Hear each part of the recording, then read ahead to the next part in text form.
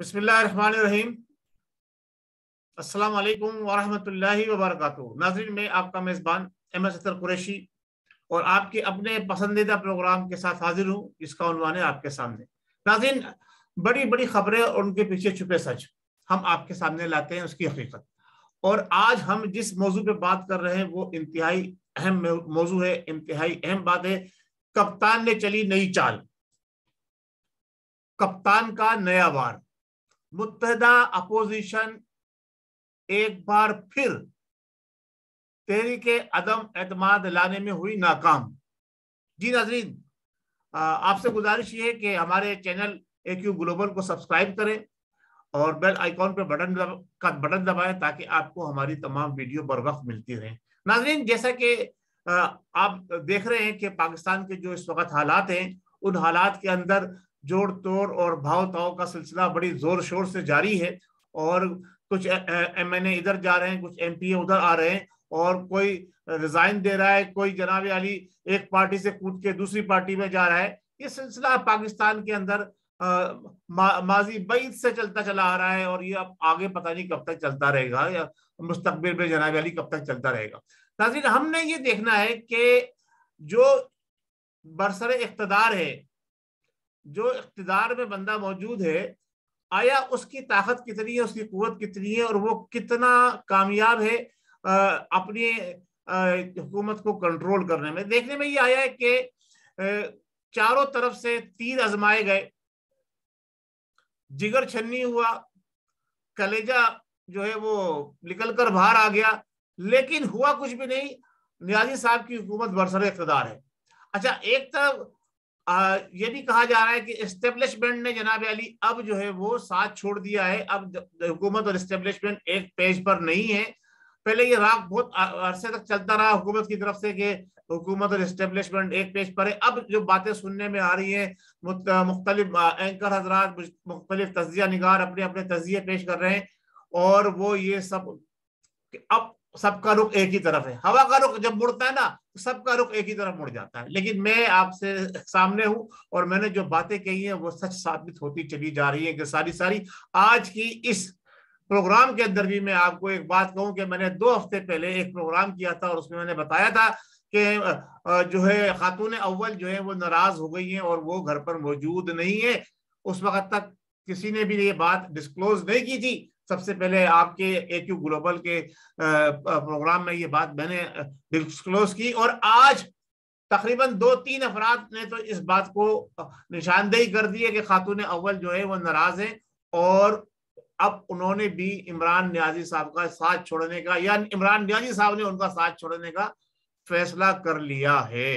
नाज़रीन, मेरी बात तो रही अपनी जगह। अब हम देखते हैं कि जिन लोगों ने ये बातें कही हैं वो किस हद तक सदाकत है उसके अंदर, क्योंकि वो बड़े पुराने और मजे हुए जो ना वो सहाफ़ी हैं और तजिया निगार हैं, और मैं तो एक अदना सा खादिम हूँ, आपकी खिदमत में जनाब अली हाजिर होता हूँ, कुछ अपनी राय रखता हूँ, पेश करता हूँ। मेरी राय आज की सुन लीजिए। आज का बड़ा अहम टॉपिक है, बड़ी जो है मैं आपको पते की बात बताने जा रहा हूँ कि जनाब ये मुत्तहदा अपोजिशन जो है एक बार फिर नाकाम होगी। उसकी वजह ये कि जब बैलेंस नहीं हो, अगर गाड़ी के पहियों में हवा और खास तौर से अगले पहियों की हवा वो मौजूद ना हो एक पहिए में, तो गाड़ी कभी मंजिल तक नहीं पहुंचती है। यहाँ ये है कि एक पहिए में हवा भरी जाती है, दूसरे से निकाल दी जाती है, दूसरे में भरी जाती है तो पहले से निकाल दी जाती है। अब गेम ये हो रहा है कि हमारे एस्टेब्लिशमेंट जो है, दोनों मुत्तहदा अपोजिशन के दोनों धड़ों यानी पीपल्स पार्टी और नून लीग, दोनों को अच्छी तरह से खंगाल लिया उन्होंने कि देख लिया इसमें कितनी ताकत है और कितनी नहीं है। अब अगली प्रोग्राम में मैं अगली बात करूंगा। आज ये बता दूं कि ये दोनों नाकाम होते नजर आ रहे हैं।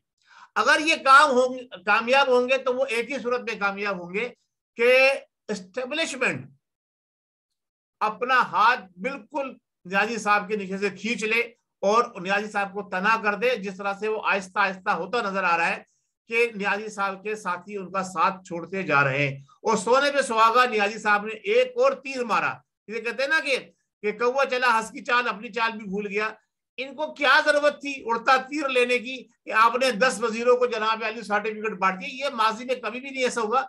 जो इन्होंने कारनामा अंजाम दिया है कि जनाब अली हुकूमत अपने वजीरों को खुद कर दी के सर्टिफिकेट दे रही है, जबकि अभी हुकूमत जो है वो पूरी तरह से चल नहीं सकी है, पूरी तरह से कामयाब नहीं हुई है, पूरी तरह से जनाब अली हुकूमत के मामला जो है ना वो अटके पड़े हुए। बहरहाल एनी हाउ 10 मरतबा निकाला, 10 मरतबा लगाया, एक वजारत से दूसरी वजारत, दूसरी वजारत, तीसरी वजारत, लेकिन सर्टिफिकेट उन्होंने जारी कर दिया। नाज़रीन, मैं बात को मुख्तसर करते हुए आपको जो चीजें अहम बताना चाह रहा हूँ उसमें से सबसे अहम चीज ये है कि जनाब अली मुत्तहिदा अपोजिशन पूरी तरह से फेल हो चुकी है, और हुकूमत के जो वज़रा थे, सुफरा थे, जो वजीर थे, सफीर थे, जो जिनको सर्टिफिकेट बांटे वो तो खुश हैं, लेकिन जिनको नहीं बांटे अब वो क्या करेंगे?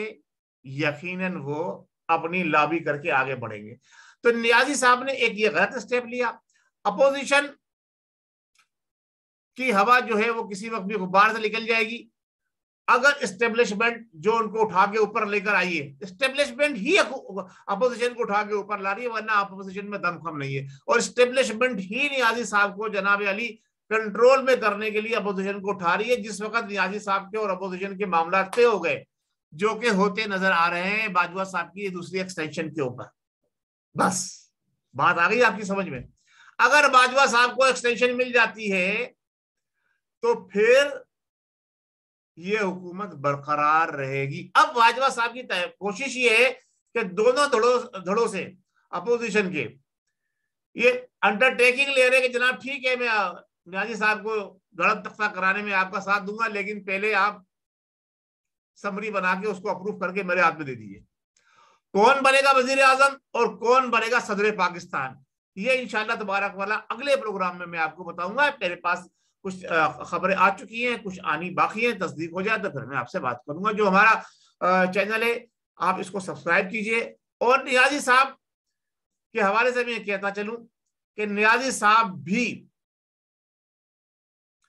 अपने पास ट्रम्प का कार्ड महफूज करके रखे हुए हैं, बल्कि इस दफा तो ऐसा नजर आ रहा है मुझे कि नियाजी साहब के पास ट्रम्प का एक कार्ड नहीं है, ट्रम्प के ऊपर के चारों लेवल के कार्ड उनके पास मौजूद हैं, और अपोजिशन के पास दूसरे जो पत्ते हैं उसके कार्ड ऊपर के हैं। अब वो ये समझ रहे हैं कि इस बेस पे हम सारा गेम उलट देंगे, बसात उलट देंगे, लेकिन ऐसा होता नजर नहीं आ रहा है।